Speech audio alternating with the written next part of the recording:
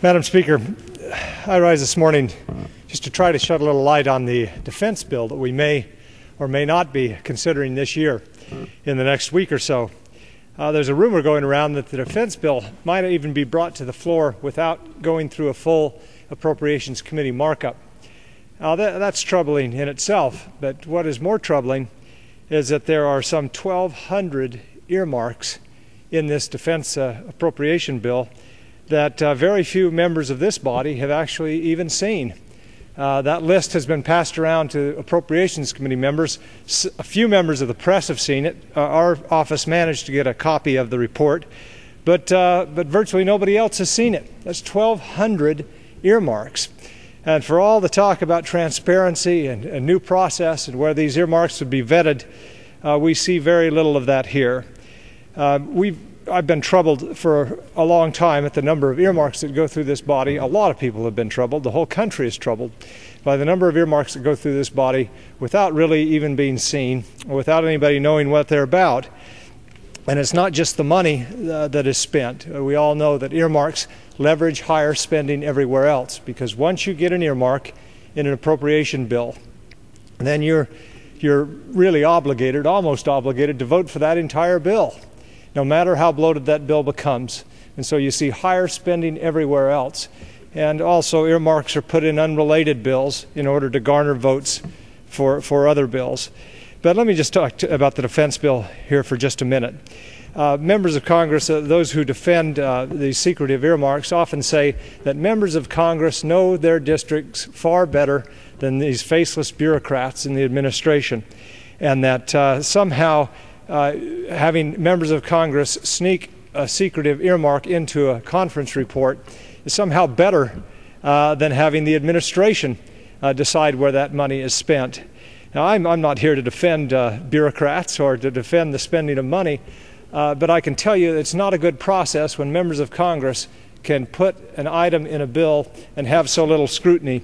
And what tends to happen is those who are up on the food chain in Congress, those on the Appropriations Committee, those who are in leadership positions, committee chairs, tend to get a disproportionate number of earmarks. And so the argument that earmarks go to places because members of Congress know their districts better than faceless bureaucrats really means that whoever has the power in this body gets the earmarks. Let me demonstrate a little here. Of the 1,200 earmarks tucked into the full committee report of this bill, it's worth about $2.8 billion. Of these earmarks, more than 400 go directly to members who sit on the Appropriations Committee. An additional 111 are associated with appropriators. These are earmarks that were requested by that appropriator, as well as a few other members. I would remind my colleagues that appropriators make up 15% of the members in this body, yet in this bill, appropriators alone are taking 44% of the earmarks. Again, just 15% of the members of the body, 44% of the earmarks.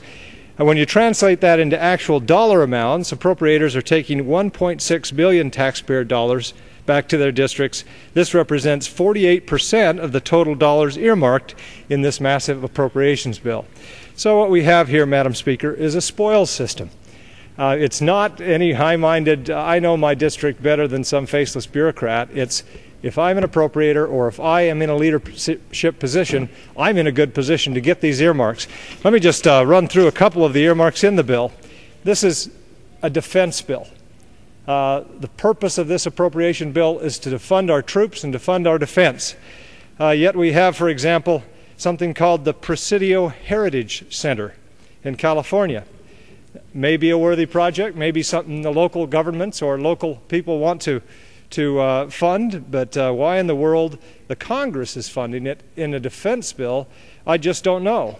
But if this bill comes to the floor without being marked up in committee, nobody will be able to challenge it in committee. Nobody will be able to see it.